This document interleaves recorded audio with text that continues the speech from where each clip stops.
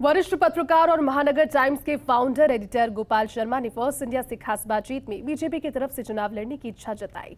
गोपाल शर्मा राजनीतिक पारी खेलने के लिए तैयार हैं और सभी पत्रकारों की पहली पसंद है।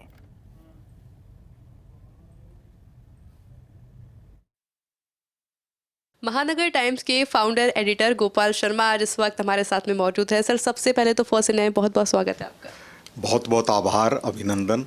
और फर्स्ट इंडिया परिवार का मैं लगभग मेंबर ही हूँ, इसलिए बहुत।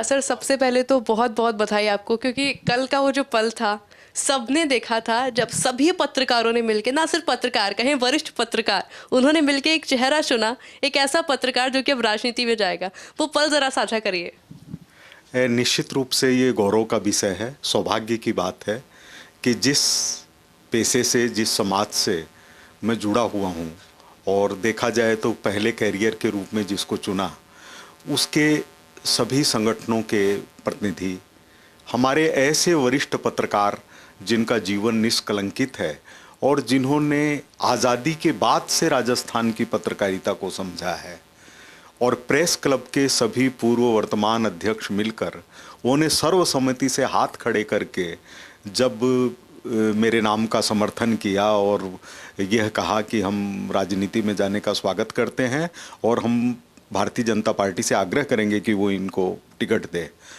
तो निश्चित ही मुझे बहुत खुशी हुई। और ये लगा कि कम से कम हमारे साथी अगर हमारे ऊपर भरोसा करते हैं तो ये उसी तरह से है जैसे परिवार वाले अपने किसी बच्चे का सम्मान करें। सर, पत्रकारिता का और अगर पॉलिटिक्स का रिलेशन जोड़ करके देखें, किस तरह से समझते हो दोनों चीज़ों को? क्योंकि कई सालों आपने ग्राउंड जीरो पे रिपोर्टिंग करी, जगहों पर आप गए हैं। दोनों लगभग एक जैसे ही विषय हैं। एक के अंदर हम जनता की सच्चाई, जनता के दुख दर्द को जनता के सामने मीडिया के माध्यम से रखते हैं, और दूसरे में विधायिका के जरिए रखते हैं। तो है जनता की समस्याओं को दूर करने के लिए अपनी आवाज़ उठाना। निश्चित रूप से राजनीतिक तरीका है, वो भी एक सशक्त माध्यम है और सीधे सीधे पत्रकारिता को जोड़ता है।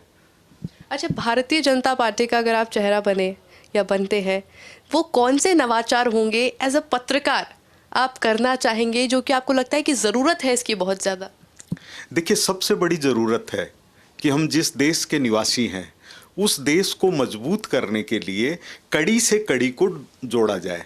जैसे अगर एक व्यक्ति स्वस्थ होगा, संस्कार से युक्त होगा और अच्छे भाव लिए हुए होगा, अगर परिवार उसी तरह के भावों से होगा तो समाज भी उसी तरह के भावों का होगा, और जब समाज उसी तरह के भावों का होगा तो देश के निर्माण में उसकी भूमिका इस तरह से होगी कि चंद्रयान-3 अगर दक्षिणी ध्रुव पर उतर रहा है तो हमको लगेगा कि यह उन्नति सारे देश की है और हम उसमें शामिल हैं।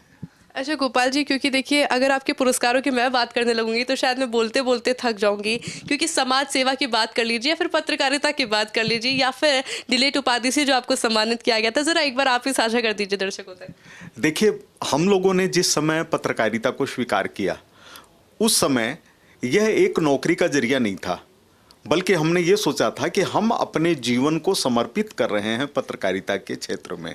तो इसलिए जो पुरस्कार मिले या कभी सम्मान मिला तो उसमें इस तरह का भाव ही नहीं आया कि कुछ मिल रहा है। हमको ये लगता था कि हम अपने कर्तव्य को पूरा कर रहे हैं। जैसे अयोध्या के अंदर कार सेवकों के नरसंहार से लेकर विवादित ढांचे को ढहते हुए मैंने देखा और उसकी रिपोर्टिंग की।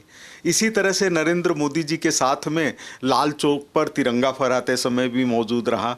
ऐसे और भी कई मौके आए जिसमें जान जा सकती थी। राजस्थान की विभिन्न समस्याओं को उठाते समय वेश बदल के 15-15 दिन तक पत्रकारिता करनी पड़ी।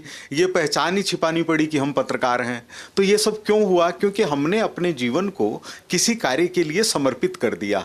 तो यही चीज़ राजनीति के लिए है। जब एक पत्रकार राजनीति की तरफ जाता है तो वह यह सोच करके जाता है कि पत्रकारिता की जो मर्यादाएं हैं उनको लागू रखते हुए हम समाज सेवा के क्षेत्र में सीधे प्रवेश करेंगे। हम पत्रकार के रूप में लिख करके या बता करके अपनी काम कर सकते हैं, लेकिन राजनीति में हम खुद भी कर सकते हैं।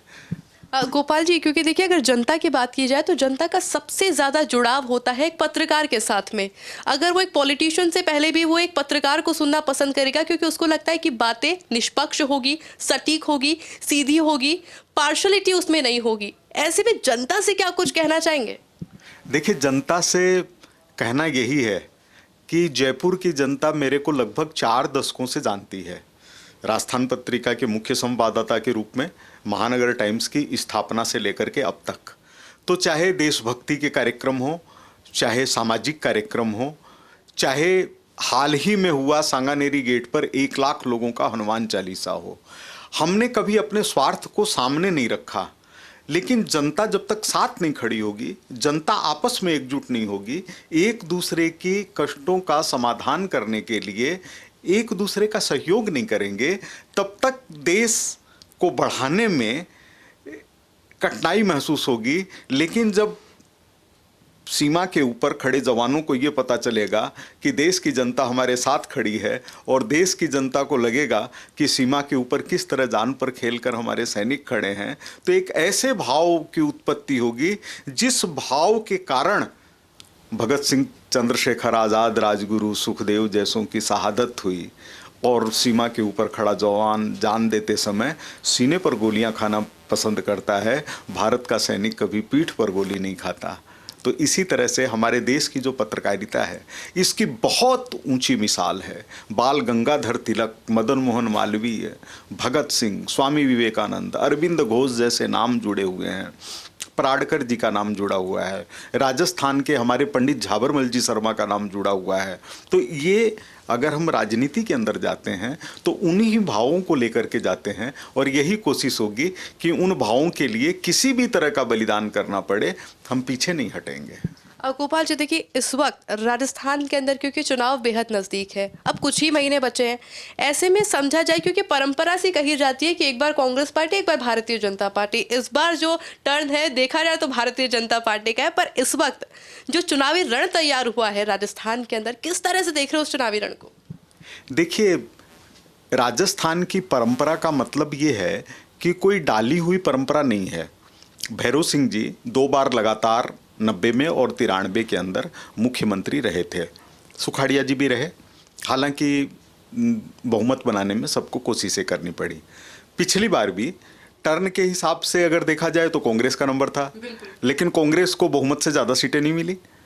तो इसलिए जनता के मन में यह व्यग्रता रहती है कि वो राजनीतिज्ञों के कारण या राजनीतिज्ञों से एक न्यायपूर्ण शासन की उम्मीद करते हैं। तो यह जो व्यग्रता है ये उद्वेलन में बदलती है और चुनाव में लगता है कि यही तो हमारे हाथ में है, यही हमारा अधिकार है कि हम सरकार बदल दें।